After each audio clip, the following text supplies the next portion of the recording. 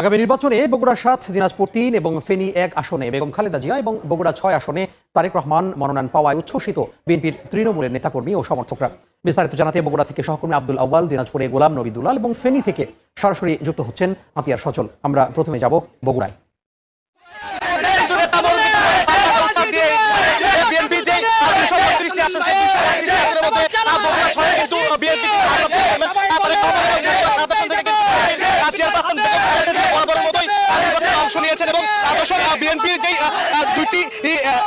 যে দুইটি আসন সেই দুইটি আসন থেকে কিন্তু আসলে বেগম খালেদা জিয়া এবং তারেক রহমান প্রতিদ্বন্দ্বিতা করছেন এবং এবারে কিন্তু প্রথমবারের মতো আসলে বিএনপি যিনি ভারপ্রাপ্ত চেয়ারম্যান রয়েছেন তারেক রহমান, তিনি কিন্তু আসলে প্রতিদ্বন্দ্বিতা করবেন। এই খবরটি আসলে চূড়ান্ত হওয়ার পর কিন্তু আসলে নেতা কর্মীরা তাদের যে বাদ ভাঙা উচ্ছ্বাস, সেই বাদ ভাঙা উচ্ছ্বাস নিয়ে কিন্তু আসলে দলীয় কার্যালয়ে জড়ো হন এবং ইতিমধ্যে কিন্তু বিএনপির এবং অঙ্গ সংগঠনের যে নেতা কর্মীরা রয়েছেন তারা কিন্তু এই যে বিএনপির যে দলীয় কার্যালয় সেটি কিন্তু আসলে সেখানে উচ্ছ্বাস প্রকাশ করছেন এবং শহরের গুরুত্বপূর্ণ মলগুলো কিন্তু তারা প্রদক্ষিণ করছেন তাদের আনন্দ মিছিল নিয়ে এবং এরপর পরে কিন্তু আসলে তারা এই যে তাদের যে উচ্ছ্বাস সেটি কিন্তু দলীয় কার্যালয় হিসেবে প্রকাশ করছেন। এবং বগুড়া কিন্তু আসলে বিএনপির দুর্গ হিসেবে পরিচিত। বগুড়া ৬ বা ৭ নয়, বগুড়া যে অন্যান্য আসনগুলো আছে এই আসনগুলোতেও কিন্তু আসলে বিপুল ভোটে বরাবরের মতোই বিএনপি জয়লাভ করে থাকে। তো এই ছিল বগুড়া থেকে নির্বাচনী হাওয়ার যে আমেজ লেগেছে সেই নিয়ে সর্বশেষ সহকর্মী দিনাজপুরে আছেন দুলাল, সেখানে চলে যাচ্ছি।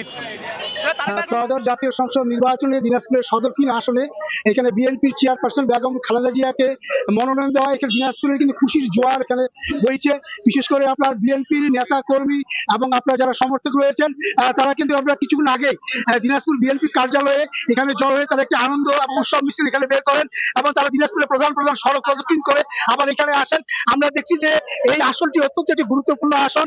এই আসনে আপনার নির্বাচনী প্রচারণা এর মধ্যে ৪-৫ জন যারা ক্যান্ডিডেট ছিলেন তারা কিন্তু চালিয়ে আসছেন, কিন্তু বেগম খালেদা জিয়াকে এখানে মনোনয়ন দেওয়ার পরে কিন্তু এখানকার পরিস্থিতি সম্পূর্ণ চেঞ্জ হয়ে গেছে। এখানে কিন্তু আনন্দ উল্লাস হয়েছে আপনার সমর্থক এবং বিএনপির যারা কর্মী রয়েছেন। আপনাকে বলে রাখি যে ১৯৯৬ সালে বেগম খালেদা জিয়ার বড় কুসুদ্দান হক চক্রবর্তী কিন্তু দিনাজপুর এমপি নির্বাচিত হন।